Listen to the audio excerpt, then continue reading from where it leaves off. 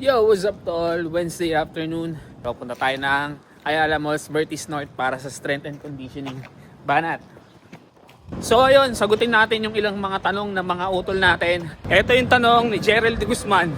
Bakit ang bilis ko mapagod lalo na pag 1km pa lang, pero pag 3 to 4k na, hindi na ako napapagod? Ito naman base sa aking experience mga tol. So maliban sa stretching, mag-warm up ka. Lalong-lalo na kung speed session ang gagawin mo. Normal lang makaramdam ng hapo o hingal sa umpisa. Lalong-lalo na kung di ka nag-warm up tol. Kasi nag-adjust pa yung katawan mo. Maliban doon, may chance na mabilis yung umpisa mo tol. Kaya hingal ka agad. Nararamdaman ko rin yan sa una. Lalo na pag easy run at LSD. Kasi nga hindi na ako nag-warm up tol. Stretching lang. Kaya ako ginagawa yung tol kasi low intensity naman yung ginagawa ko. Kaya kahit hindi na ako mag-warm up, yung mga first kilometer ko, daan-daan lang para hindi tayo mapagod o hingalin agad. Sa una, parang nakakatamad pa.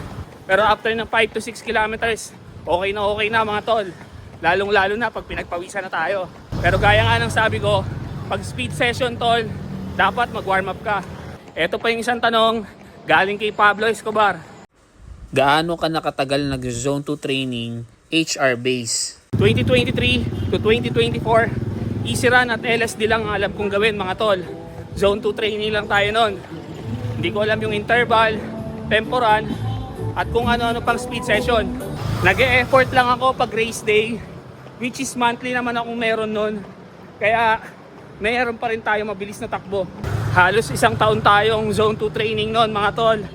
2025 ko na nalaman yung interval at tempo run. Nagumpisa ako ng zone 2 training ko. Ang pace ko lang sa easy run ay 10:40 per kilometer.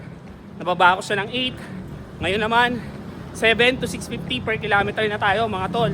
And syempre, hindi laging pare-parehas yung performance natin mga tol. May araw na kulang ka tayo sa tulog, puyat, dehydrated. So nagbabago pa rin yan mga tol.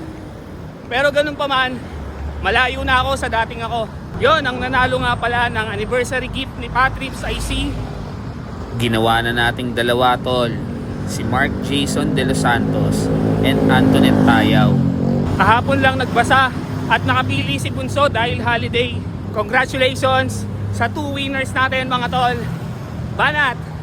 So like and follow mga tol para updated kayo sa tips at giveaways natin. Abot tayo. Time check. 7:10. Sakto warm up pa lang. Iyon good evening. Let's go. Good evening. Yun, strength and conditioning every Wednesday, 7 to 9 p.m. Dito lang sa Ayala Malls, Bertis. Let's go! Ito ang ating menu for the day. 3 sets per workout.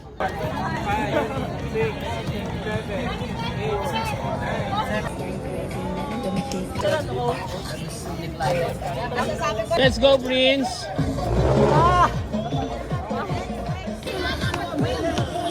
Second set.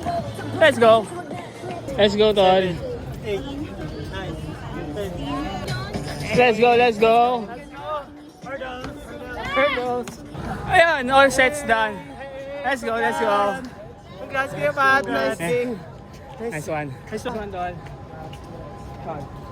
Strength and conditioning done. Mga tanong pa kayo, tol, lagay nyo lang sa comment section. So yun, dito ko natatapusin ito, tol. Hanggang sa mga susunod natin trip at takbo sa buhay. Patrips here. Peace out.